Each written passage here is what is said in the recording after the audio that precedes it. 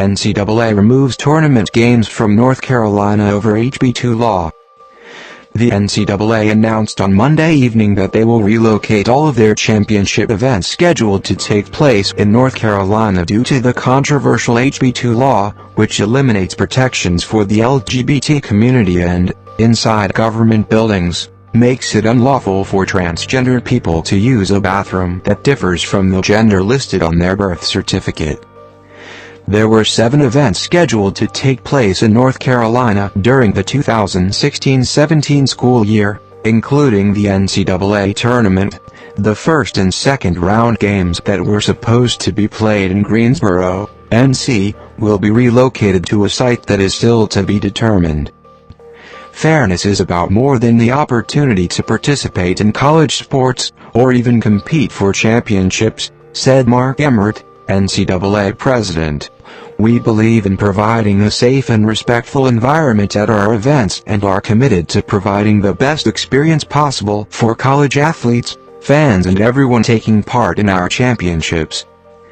The decision was made not only because North Carolina law provides legal protections for government officials to refuse services to the LGBT community, but also due to the fact that 5 states, Vermont, Connecticut, New York, Minnesota and Washington, and numerous cities currently prohibit travel to the state for public officials and employees of public institutions.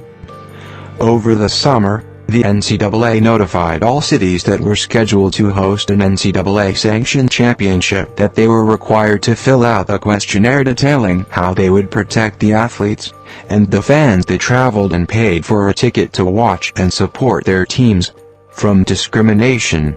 Those questionnaires, which were specifically targeted at cities in North Carolina, were due in August. The thought was that the NCAA might be able to be the ones to get the law amended, maybe even eliminated. This isn't like the NBA pulling the All-Star game. It's different than having Bruce Springsteen and Ringo Starr and Pearl Jam cancel concerts within the state's borders. North Carolina's college basketball.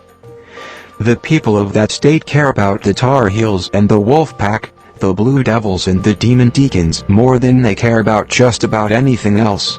If losing major money-making events isn't enough to convince elected officials to make a change, the hope was that threatening to pull the NCAA tournament from the state would be. It wasn't. And the result is that North Carolina will not host NCAA tournament games this year.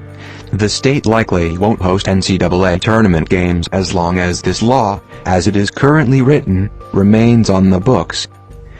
That may be enough to convince the people of that state to replace their current elected officials with one who will change the law.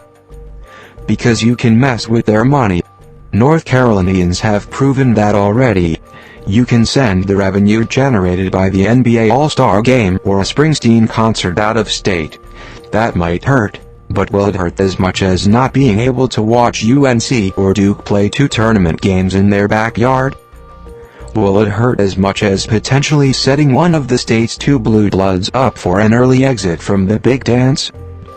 CBS Sports asked anonymous coaches about this decision over the summer, and one answer stood out to me: if it keeps me from having to play a first-round game in the tournament against Duke or North Carolina in North Carolina, I'm absolutely for it. Please don't put my name on that. But I know I'm not the only coach who feels that way.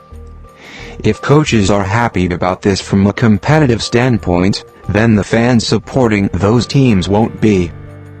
And if the state's basketball fans aren't happy, maybe that's what it will take to get those elected officials to either change the law or find themselves out of office.